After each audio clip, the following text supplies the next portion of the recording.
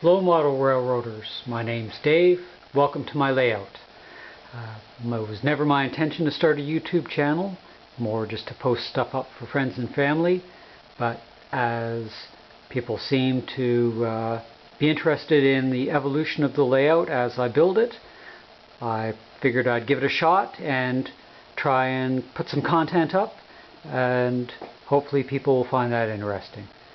Now the layout is 100% freelance, from the track plan, what buildings are going to be placed in, to essentially the cars, the locomotives that are going to be ran, are all what I prefer to run. I look at it as I'm building the layout for me. I have no interest in doing layout tours and having people into the house.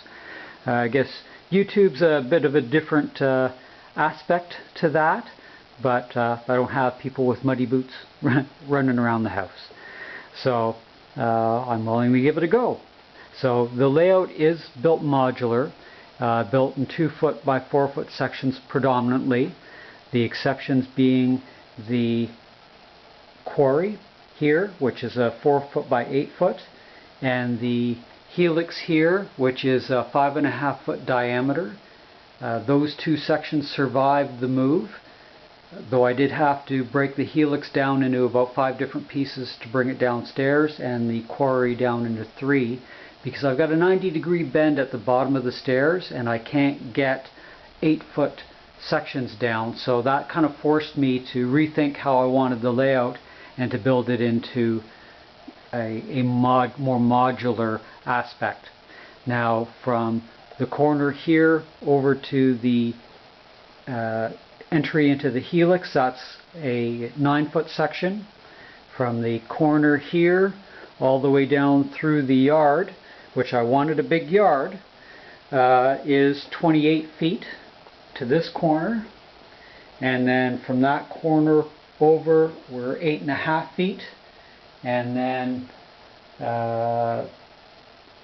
we're 22 feet from that corner down through back around to the end of the quarry section on the peninsula.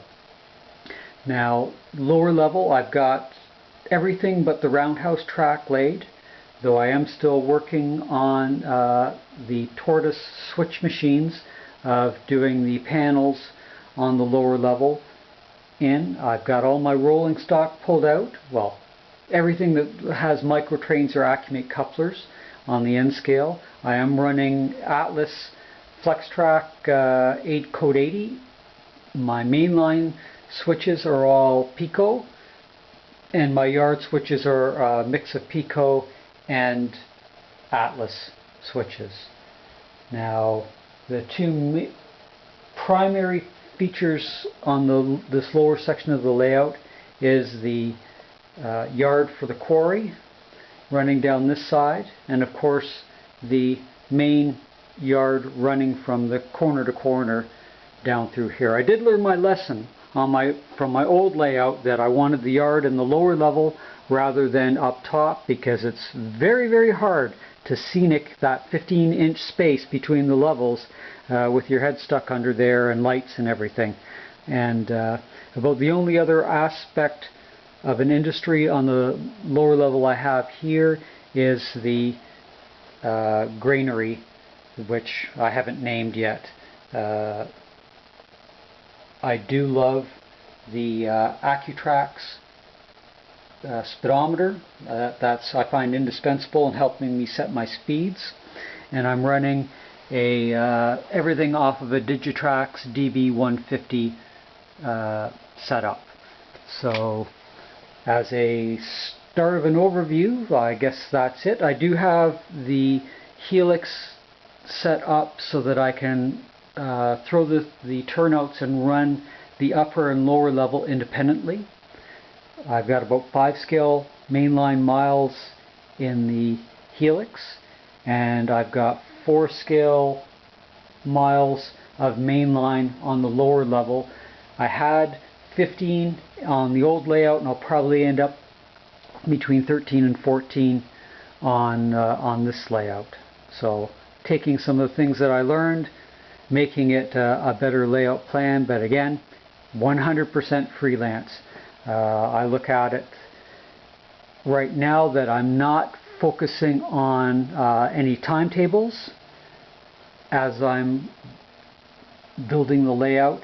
However, I don't know what I want to do 20 years from now, so I am trying to make zones for people to work in. If I get together with a bunch of guys and invite them over and I evolve into running a timetable. I do have the lights off at the moment because I find that this camera really gets flaky with the bright lights on the lower level. So you'll have to bear with me on that. I'm running on some pretty old technology, and to be honest, if I'm going to spend some money, I'm going to spend it on the layout or on rolling stock rather than on a high-end $400 camera to post content. I'm going to spend it on the hobby, which I don't quite call doing any YouTube stuff part of the hobby yet. So maybe that'll evolve as time goes on. Upper level, I have a rough idea where my track plan for my main line is going to go, but I haven't sorted out any of the industry sidings or anything like that. So until I sort that out, I'm not going to lay any track, just in case I have to shift my main line over, say, 4 inches to incorporate some risers to add a elevated level. So I'm not doing anything. First thing I have to do is get some 1x4 in so I can box in the plywood that I've already got cut to finish off this section of the upper deck. And then once I've got that, then I really want to finish the lower deck, because at least I can run my 28-foot long train as my main line train, and then run the other 50 car trains around the layout and get them in and out of the yard. And that's one of the reasons why the big yard is, because I need to be able to get those trains off the main line so that I can run cleaning cars. So hope people will find this interesting. I'll try to put content up when I'm able. I make my own molds. I'm doing resin casting, so as things progress, hopefully I'll be able to impart some of the knowledge that I've gleaned by studying the materials and other great YouTubers. And if you haven't ever checked out Model Railroad Hobbyist, please check that out, that free magazine. That's a great resource. And Ken Patterson and the Model Railroad Hobbyist YouTube channel, he's great every month at giving great ideas that you may be able to incorporate in your layout. So for now, I'll say goodbye, and hopefully be able to post some further content up relatively soon. Have a good one.